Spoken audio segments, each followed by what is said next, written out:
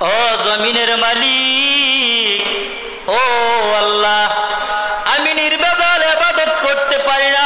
আল্লাহ, আমি যখন মসজিদের মধ্যে গিয়ে আমল করি, ওই সময় মানুষের আওয়াজ, ওই সময় মোবাইলের আওয়াজ, আল্লাহ নির্বেজাল ইবাদত করতে পারি না।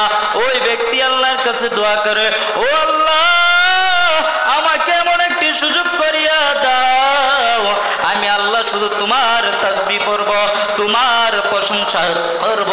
আল্লাহর কাছে দোয়া করতেছে, এক পর্যায়ে ওই ব্যক্তির দোয়া আল্লাহ কবুল করিয়া নিল। তখন আল্লাহ ওই ব্যক্তির দোয়া কবুল করার পর আমার আল্লাহ ওই ব্যক্তিকে দোয়া কবুল করার পর আমার আল্লাহ ওই ব্যক্তিকে একটা নদীর মধ্যে, ওখানে একটা দ্বীপের মধ্যে আল্লাহ একটা ব্যবস্থা করিয়া দিল। ওই দ্বীপের মধ্যে আল্লাহ কুদরতি ভাবে একটা ঘরের মতো ব্যবস্থা করে দিল। ওই দ্বীপের মধ্যে আমার আল্লাহ ওই বান্দাকে একটা গাছ কুদরতি ভাবে দিয়ে দিল।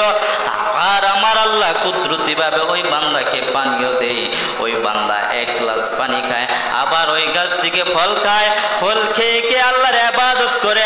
আর ইবাদত করতে করতে এক পর্যায়ে ওই বান্দাটা 500 বছর ইবাদত করলো। এরপরে আমার আল্লাহ ওই বান্দাকে এক পর্যায়ে জান্নাত দিয়ে দিবে।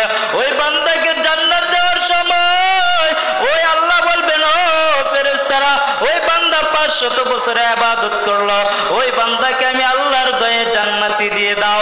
ওই বান্দা বলবেন, না, আমি কেন আল্লাহর দয়ে জান্নাতে যাইব?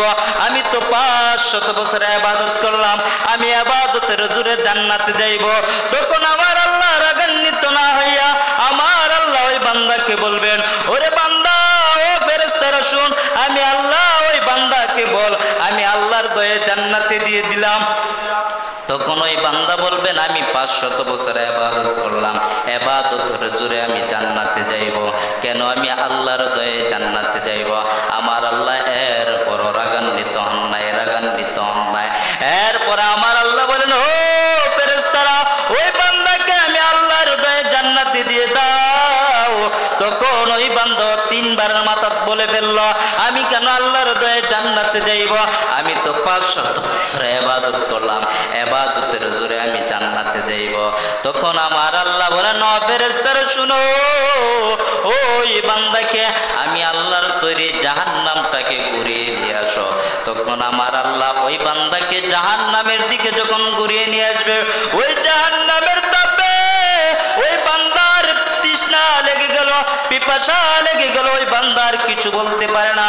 ফেরেশতাদেরকে বলতেছেন, ও ফেরেশতারা, আমার তৃষ্ণা লেগে গেল, মনে হয় না আমি আর বাঁচবো, তাড়াতাড়ি আমাকে পানি দাও। কেউ পানি দেই না, কেউ পানি দেই না।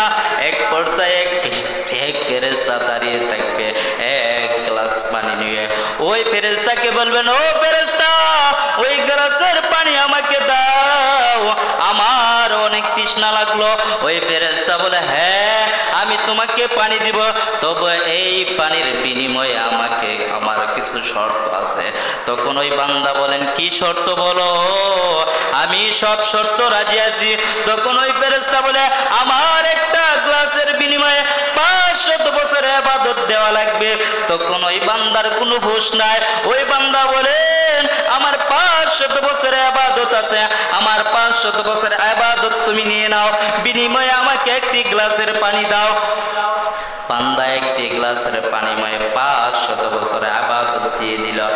এরপরে আমার আল্লাহ ওই দিক দিয়ে বলেন, ও ফেরেশতারা শুনো, ওই বান্দার কোনো আমল নাই, কোনো আমল নাই, ওই বান্দাকে জাহান্নামে দিয়ে দাও। আমি আল্লাহ তাকে দুনিয়ার জমিনে, আমি আল্লাহ তাকে কুদরতি ভাবে ওই দ্বীপের মধ্যে আমি আল্লাহ একটা ঘর দিলাম, ঘরের মতো একটা ব্যবস্থা করে দিলাম। দ্বীপের মধ্যখানে আমি আল্লাহ একটা গাছ দিলাম, ওই গাছ থেকে ফল দিলাম। আমি আল্লাহ যখন ওই দ্বীপের মধ্যে লবণযুক্ত পানি ছিল, আমি আল্লাহ লবণযুক্ত পানিকে মুক্ত করে আমি আল্লাহ কুদরতি ভাবে ভালো একটা পানি দিলাম, যে পানি খাইলে ওই বান্দার উপকার হইবে। আমি আল্লাহ ওই বান্দার জন্য দুনিয়ার বুকে আমি কোনোদিন ওই বান্দার রিজিক অভাব রাখি নাই। আমি আল্লাহ অটোমেটিক আমি আল্লাহ তাকে রিজিক দিতাম। আমি আল্লাহ ওই বান্দার জন্য দুনিয়ার মধ্যে আমি আল্লাহ রিজিক দিলাম। আমি আল্লাহ ওই দুনিয়াতে ওই বান্দাদের জন্য আমি আসমান বানাইলাম, জমিনও বানাইলাম। ওই বান্দা আমি আল্লাহর শুকর আদায় দেওয়ার পরও ফেরেশতারা ওই বান্দা আমাকে শুকরিয়া আদায় করে দেয় রে, ওই বান্দাকে জাহান্নামে নিয়ে দাও, ওই বান্দাকে আর দেরি করিও না, জাহান্নামে দিয়ে দাও, কারণ ওই বান্দার কোনো আমল নাই। তখন ওই বান্দা বলতেছেন, ও আল্লাহ, ও আসমানের মালিক, ও জমিনের মালিক, আমার আর বোঝার কোনো বাকি নাই। আল্লাহ, আমি 500 বছর ইবাদত কেন, আমি যদি কোটি কোটি বছর যদি ইবাদত করি আল্লাহ, আল্লাহ তুমি যদি দয়া না করো আল্লাহ, আমি কখনো আমি জান্নাতে যেতে পারবো না। ও আল্লাহ, আমাকে ক্ষমা করিয়া দাও।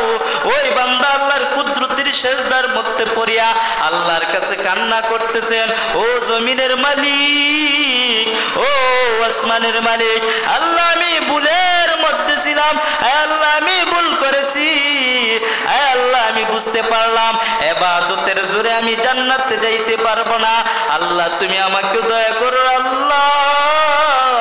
ওই বান্দা বুঝতে পারলো, তখন আল্লাহ বললেন, ও ফেরেশতারা, ওই বান্দা বুঝতে পারলো আমি আল্লাহর দয়া ছাড়া জান্নাতে যেতে পারবে না।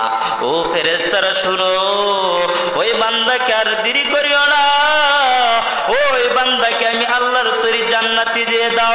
এরে দুনিয়ার মানুষ, চিন্তা করে দেখো দুনিয়ার মধ্যে তুমি কার পাগল?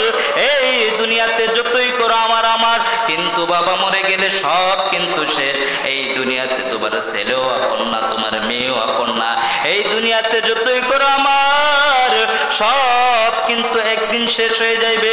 যখন তুমি মরে যাইবে রে বাবা, মসজিদের চারওয়ালা পালকি এনে যখন তোমাকে কবর মধ্যে নিয়ে যাইবে, তোমার আত্মীয় স্বজনরা ওই কবরের মধ্যে নিয়ে যাওয়ার সময়, ওই কবরের মধ্যে যখন রাখবে, রাখার সময় এক ব্যক্তি কবরের মধ্যে ঢুকে যাইবে, ঢুকে গিয়ে আর ওই ব্যক্তি কবরের ব্যক্তির মুখের মুশকিটা খুলে দিবে, আর কবর ব্যক্তি মনে মনে ভাববে সে মনে হয় আমার সাথে থাকবে, কিন্তু না রে বাবা, ওই ব্যক্তিটা কবরের মুশকিটা খুলে দেওয়ার জন্য, ওই বান্দার মুশকিটা খুলে দেওয়ার জন্য কবরের মধ্যে, কবরের ভিতরে ঢুকলো, যখন মুশকিটা খুলে দিবে তখন লাফ দিয়ে উঠে পড়বে।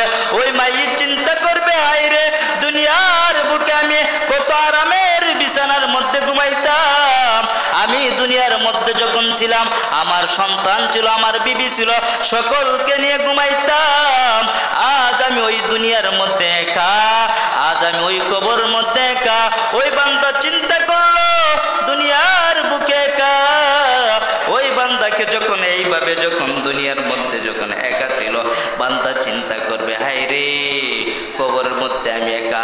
দুনিয়ার মধ্যে যখন আমার ফ্যামিলি ছিল, দুনিয়ার মধ্যে যখন আমার ফ্যামিলি ছিল, তখন আমি ঘরের মধ্যে একা ঘুমাইতে পারতাম না। আমার ফ্যামিলি যতক্ষণ না আইছে ততক্ষণ আমি ঘরের মধ্যে ঘুমাইতাম না, আমার ফ্যামিলি না থাকলে আমি ঘরের মধ্যে ঘুমাইতাম না। কিরে বাবা, চিন্তা করো, দেখছো নি ওই অন্ধকার কবরের মধ্যে কিভাবে একা ঘুমাইবারে বাবা? এই জন্যে আল্লাহর নবী বলেছেন, ওই কবরের মধ্যে 3টা প্রশ্ন করা হইবে। আল্লাহর পরিচয় দাও, রসুলের পরিচয় দাও, দিনের পরিচয় দাও। এই 3টা প্রশ্নের উত্তর যদি দিতে পারো, আল্লাহর নবী বলেন ওই কবরটা হয়ে যাবে জান্নাতের টুকরা। আর যদি 3টা প্রশ্নের উত্তর না দিতে পারো, ওই কবরটা হয়ে যাবে জাহান্নামের টুকরা। এরে বাবা, আমরা যার যার অবস্থায় আছি, এরে বাবা চিন্তা করো, রমজান মাস আসলো, রমজান মাসে ইবাদত করলেই চলবে না, আল্লাহকেও সন্তুষ্ট করা লাগবে। আল্লাহকে যদি সন্তুষ্ট করো, আল্লাহকে যদি রাজি রাখতে পারো, দুনিয়াও তো শান্তি, আখিরাতেও শান্তি। এই জন্য বলতেছি রে ভাই, দুনিয়ার মধ্যে আমল করবা, আল্লাহকে রাজি এবং খুশি করব, ইনশাল্লাহ পারবো তো? যেহেতু সময় খুব কম, বক্তা সাহেব এসে পড়েছে, আলোচনা আর লম্বা করা যাইবে না, যদি অন্য সময় হয় ইনশাল্লাহ আরো বলতে পারবো। আসসালামু